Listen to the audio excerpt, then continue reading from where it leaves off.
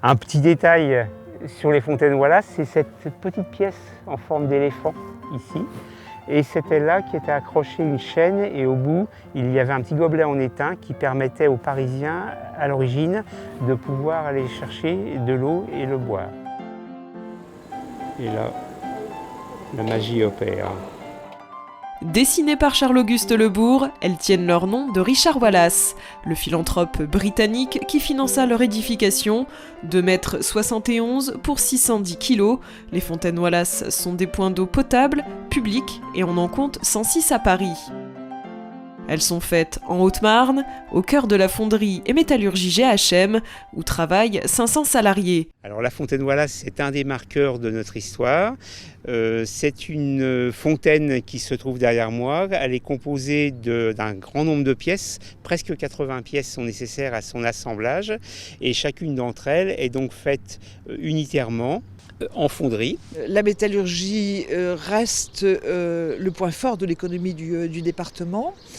GHM, c'est une ETI, une entreprise de taille intermédiaire, c'est-à-dire qu'elle emploie hors intérim 400 personnes et elle pèse donc extrêmement fort dans l'économie du Nord-Haute-Marne, bien sûr. Oui.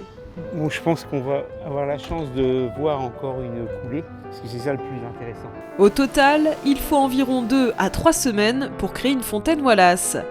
C'est ici que tout commence, où l'on crée ces fameuses fontaines. Une des qualités et des volontés très fortes de GHM est de respecter toujours l'intention initiale du concepteur du produit, donc dans ce cas du sculpteur Charles Lebourg, qui avait voulu la fontaine Wallace dans cet état, dans ce rapport de dimension, et nous ne varions jamais d'1 millimètre ou d'1 centimètre chaque proportion, ceci aussi bien pour les produits issus de notre héritage historique que pour les produits ultra contemporains que l'on fait aujourd'hui pour équiper l'espace public. GHM a pu confectionner environ 600 fontaines depuis ces 150 dernières années. Par an, ce sont entre 5 et 10 fontaines produites. Elles sont conçues dans le respect d'un strict cahier des charges. La taille est assez grande pour être visible de loin, mais pas trop pour ne pas rompre l'harmonie du paysage. La forme, quant à elle, est à la fois pratique d'utilisation et esthétique. Pour la ville de Saint-Dizier, il était important de l'acquérir. Alors je pense qu'elle manquait dans la mesure où Saint-Dizier, il y a encore quelques années, n'avait aucune fontaine. Et il manquait une Wallace. Et donc la ville de Saint-Dizier a désiré acquérir une Wallace parce que c'est un élément emblématique de cette tradition de fonte d'art que nous avons dans la région. Les frontières de ces fontaines ne s'arrêtent pas à celles de la France. Celles-ci sont présentes au Chili, elles sont dans les parcs et dans les rues, elles font partie du quotidien des habitants, elles sont même considérées comme un véritable patrimoine. Mon père a fait un inventaire de fontaines au Chili.